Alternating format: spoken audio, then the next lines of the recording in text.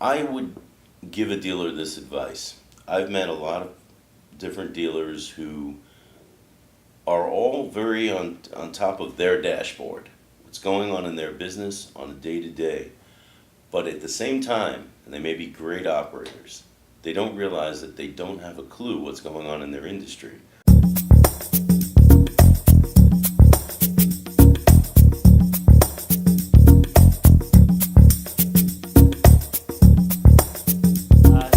Thanks for joining us today. We are doing a series of videos with our industry partners. I've got Brad Joel today with me from the Dealers Association. He is also a dealer. And so we're just going to ask some questions about what the Dealer Association is, how it benefits the industry, and why obviously you should get involved because it's a really important thing. But we'll go through that. So Brad, so first of all, thanks for joining us today. Just want to first ask, tell me a little bit about your background and how you became a dealer and how long have you been a dealer? Well, let's see. It's been 15 years since I've been involved in being a dealer. My background prior to that was working for large corporations. I was a vice president in two other large corporations, one for 11 years, the other one for 12 years. Okay. And I can still remember they found it quite interesting when I told them I was resigning to go into the car business. Yeah, but, out of the corporate world into the independent business. Yeah, it was a change, but a good change. I've enjoyed it. All right, excellent. Would you say that it was more stressful being in the corporate kind of rat race, or more stressful working on, I think you guys have 2 or 3 lots now? We have 3. 3 lots. Yeah, it's different brands of stress, but they're very different but similar in some ways. I would say that I can enjoy this one more, maybe because I personally, helped to craft it and run it. But they both had their challenge. Certainly a little bit less structured in the car business. A little bit less structured, yeah. Excellent. Well, so let's talk about we had a meeting a couple weeks ago with the Dealers Association, and one of the introduction kind of points was how you became involved with the Dealers Association. So I wonder for our audience if you could kind of share how you found out about FIADA and how you got involved with the association. Well, when I was first in the business, one of the auctions I would go to frequently had Frank Fuzzi, who had been, Frank's been the president of FIADA a few times. Okay. And I got to know him, and I went to him because I was dealing with some legislative issues that were really impacting the business. Mm-hmm. And I went to Frank, and Frank listened, and then he said, "That's great." He said, "Why don't you help be part of the solution and come sit in on a board meeting?" And, I was a little hesitant, but I said, "Yeah, sure." And I sat in on a few board meetings, was able to get my concerns out there. Mm-hmm. I worked alongside the board, and then was invited to become a board member. Okay. So I joined the board, and, I'm also happy to say we were able to get these legislative issues accomplished. There were, I can't say enough about the team of people that's on FIADA that are able to get these things done, whether it's, going to Tallahassee or working with lobbyists to do what needs to be done. And the association has its own lobbying team as well, right? Right. Okay. And, putting it short and simple, we get caught up many times in the crosshairs of legislation that's going on in Tallahassee, where all of a sudden you find out they're doing X and it's going to impact us tremendously. That was probably what kept me aboard, is we straightened out our issues, and there was a new wave of issues. And when the new wave of issues came in, I said, I can't walk away and just not do something. Yeah. So it's been, I think 7 years that I've been serving on the board, and now the president of it. Excellent. Well, congratulations. I know that your peers were, I believe, unanimous in electing you. So congratulations on that. Well, thank you. So if you don't mind, I want to ask a little bit about the legislation specifically that kind of brought you to the table to get you involved. What were those issues, and how did they impact you? Well, there was issues like, for example, curb stoning, Okay. which is when people take their automobiles for sale and they put it at, a local strip mall or wherever they could find space to park it. Those are people that, on one side, they're hurting licensed dealers because we have to pay license insurance, we have to have a property, we have to have facilities. It's a regulated industry. And it's inspected by the Department of Motor Vehicles annually. These are cars that, frankly, a lot of them are dangerous for the public, or they're just frankly broken. I've heard many cases where somebody bought one, thought they were getting a good deal, and then the transmission went out the next day. Yeah. So to call what they were doing a public nuisance would be probably a good definition of it. But that, that was one, and then we have just an assortment of things that go on with, sometimes conflicts we have with the tow industry, and they're always, ongoing. So it seems like each of the 7 years that I've been there has not been a shortage of new waves of things coming through. Some that would really surprise, it could not be anticipated, and would really surprise you on coming out of left field and what it would involve. Yeah. So just this year, I know the Hope Scholarship came down, and it was a legislative priority of the Speaker of the House, I believe, and wound up really being, whether it's a good program or a bad program, it is not really part of the conversation. But what happened is, and my impression is that it's putting a huge onus on the dealers, and now a lot of additional paperwork and a lot of additional risk, basically, for not following what was a very rushed program kind of to the T. Yeah, no, I would agree with that. There, on one side, there's a lot of additional, like you say, paperwork, responsibility, getting it straight. But I guess before I even get to that, the rollout, the communication of it was scattered. I would call it, to the point that if you're an FIADA member, you've gotten good communication. There's been clarification on a lot of this. Most of the other dealers that are not part of the association aren't even aware of what this is all about, or what to do. And there's potential criminal penalties that come along with not abiding by that. And one of the things that I was encouraged by, especially at the last meeting, is we had a representative from the organization present. We had the attorneys present, and so the dealers were able to really kind of understand, I guess is the word that I would use, about how to be compliant. And Yes. Yeah, no, it was very helpful at the last meeting. My fear is those that are either not part of the association or don't attend, it's either I didn't know about it, or I heard about that, I'm not participating. Yeah. And like you said, it's not quite that simple. So Brad, what would you say is the goal of the association? Kind of what are they there for? The main functions of the association is, first and foremost, to educate, as well as, and it's a continuous education, not just for the one required by the state, but the cascading of information that comes through sometimes on a daily basis, whether it's coming through the DMV or Tallahassee or legislature that's going to the floor of the House that we're just learning about. But it's a resource. It's a tremendous resource for dealers, both in the way of we have everything from legal counsel to experts in the industry who are all available. Where if you pick up a phone, or if you think that you're being mishandled or not receiving just just good answers from the bureaucracy that is. Yeah, the phone calls, I can't really cite one, but they're vast and very diverse in what they are. And we always have the right person, and I know from the people on the board, if you call and you have a problem, you're either going to get someone, or you're going to get a call back right away. Right. But the other thing is the vendors. Vendors are key.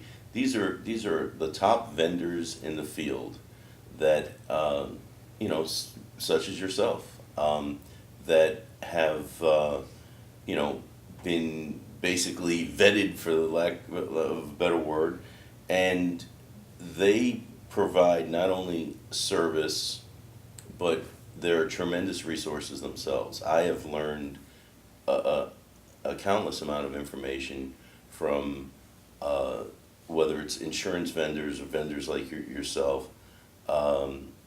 It's key and vital to growing the business. Yeah, thank you very much for the kind words. And it's also part of the videos that we're doing here, interviewing a lot of the different people that we have met in the association. All of the contacts that we're going to be interviewing are people that we have met through the association, which I think just lends credence basically to what you're saying. So maybe just kind of bullet point for me the benefits of membership. So I know there's the coupon book and access to the attorney, and so just if you could kind of bullet point those for me. Yeah, obviously there's a lot of coupons. There's the list and access to the vendors and the vendor discounts for being a member. There's continuous education when you go to the annual meeting that we have in Orlando every year. The convention. Yeah. We you're learning as you also complete your continuous education requirement for the state. So that's important. And even though you can pay separately to do something online, it's not the same. Probably the one thing that is missed by most people that particularly are not part of the association is there's value to all of these things. But, as they say in the commercial, what's, priceless is when we go to auctions all the time. Mm-hmm. And we're competing against each other. Mm-hmm. No one really talks to each other. Maybe you have one friend This is a climate where all of the best are in the annual convention as well as the quarterly meetings, and they're pretty open. You can sit down, and if you're from South Florida and you're talking to somebody from Orlando or Tampa or Jacksonville, you'll find that, well, as long as you're not the guy competing next door, yeah, I'll tell you all my tricks and all my things that have helped me build a business, and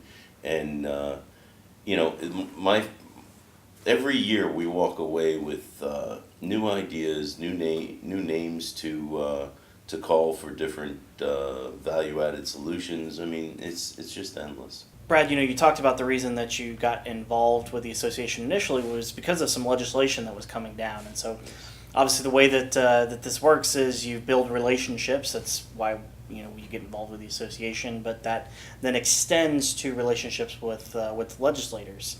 So can you talk a little bit about the association affiliated PAC, what its role is, and kind of how you guys leverage that to make a difference in Tallahassee? Sure. PAC is the Political Action Committee, and we solicit and receive funds from all of the dealers and members of FIADA. It's a separate fund, though. It's used exclusively for political action. When there is legislature that is threatening to us or misrepresenting, but basically going to hurt the industry one way or another, and what people sometimes don't realize, they hear the word lobbyist, but these lobbyists, I've learned, they're educators. Because when you take, someone like, let's say, Alan Putnam, who I believe is the speaker.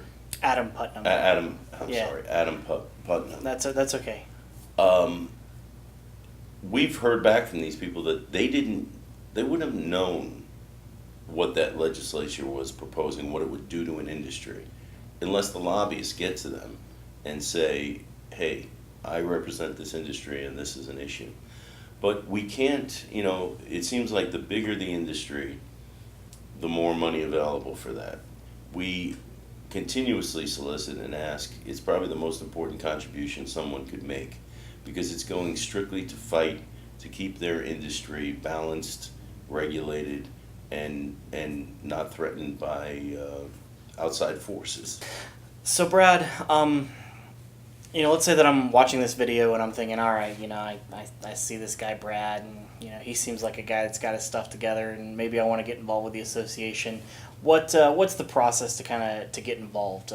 Do I need to call somebody or go to a website, or can I just show up to a meeting? What would be the process to kind of start poking around? Well, there's a few ways. Obviously, there's FIADA.com, which of course stands for the Florida Independent Auto Dealers Association. It could be looked up that way as well. But what I would really encourage any dealer to do is we have 4 meetings a year. One is the convention, and the other 3 are always rotating. Sometimes it's in South Florida, sometimes it's in Daytona, sometimes it's Jacksonville. We really try to cover the state. And at each one of these meetings, it's much more intimate. We have some key vendors with a lot to offer, and a lot of resources and a lot of communication. Then we have keynote speakers from the board itself that are there to do Q&A and answer questions. But you can attend those if you're a dealer for free. Come to one of those quarterly meetings. They're all listed on the FIADA website when they are. We call them town hall meetings. Okay. And you also get a free lunch, which is a nice thing. But you'll get a taste for what it's about, and you'll have the opportunity to ask those questions. Why should I be a member, or what can you do for me here? And I would like to think that if you attended one and got your questions answered, you would understand why you need to be a member of the association. Yeah. All right. Excellent. The last question that I have for you, Brad, is to kind of draw on the industry experience that you have. And I ask this of everybody that we do these videos with, but what is the one piece of advice that you would give to a dealer? I would give a dealer this advice. I've met a lot of different dealers who are all very on top of their dashboard, what's going on in their business on a day-to-day. But at the same time, and they may be great operators, they don't realize that they don't have a clue what's going on in their industry, what's 30, 60, 90 days or even a year down the road. And, in those areas, you can't, when it hits, you can't change it. We just had the sunset clause on the Florida rebuilders. Yeah. And that snuck up on them, and the next thing you knew, it couldn't make it to the house of the floor in time. There were too many bills already, and boom, everyone who was in the rebuilding industry is gone. Right. It put people out of business. It put the state of Florida in a bit of a dilemma. But that's an example of something that when it comes down and it's already been passed, or it's on the floor of the house of Florida and Tallahassee, you just can't do something. And to not think that you can see that coming if you're not plugged into, in this case, the association. Not to mention, if you want to grow your business, I would say grow and protect are the 2 words that come to mind. You can grow I'm convinced if you went and joined and you had not been a member, you could increase your business by 10 or 15%. And probably more importantly, on the protection side, is you can learn so many things and have so many resources about what type of records, how to keep your records, where to keep your records, and lines not to cross, and who's coming after the industry. Yeah. There are consumer protection bureaus that are really, really targeting even small and independent dealers. So one of the things that I've noticed is that this industry is really one of the most regulated, as far as just so many rules for every piece of paper, for every interaction, even to what kind of stickers you put on your windshields on the cars on the lot, and what has to be on them and where they have to be. There's just so many regulations that it's tough to keep track of all that, and it's very easy to get trapped by not knowing what's going on. And so the association kind of acts as a a tank, if you will, of all of the information, all those relationships to help you kind of make sure that you're navigating the waters, to use the analogy there, navigating the waters appropriately. So I Yeah, agree. no, it really does. In a nutshell, I'd say I joined over some legislative issues, and when I look back, my business has entirely changed because of the relationship I have in joining the FIADA, because everything from every vendor I have has been changed for much for the better. Wow. The ways that I do business, not to mention all the brainstorming and ideas that I received. It's and I didn't go there originally with any of that in mind. So it's been good travels down that road. Excellent. So Brad, you just recently took the helm of the presidency with the association. Congratulations for that. Thank you. What are your goals over the next 12 months, and what do you hope to accomplish? I would say my number one goal is to drive membership. Quite simply, in a nutshell, this is a game of their strength in numbers. We're up against, we bump up against other industries. Sometimes you wouldn't even think of them, whether they be tire industries or tow industries or some that are in left field that somehow could affect us. We are a strength in numbers game. The more members we have, the stronger we become, the louder our voice becomes, and the more we can do for our members. So that really is probably the most important thing that I can make sure to get done. I'm trying to facilitate some of that by sending out some communication letters, and I welcome and invite feedback, because if there's someone who doesn't see the value, or who belonged 10 years ago and thought for whatever reason it didn't fit them, I'd like to hear from them. So Brad, thank you again for spending the time with me today and with the audience, to telling us about the association, about all the benefits that come from that. Obviously, we will be at the next town hall. Make sure you check out FIADA.com to see when the next town hall is. Likely there will be one near you. There's always an annual convention. You can get your continuing education credits, and make sure you check those out as well. So Brad, once again, thank you so much for your time today. Andrew, thank you. Thanks.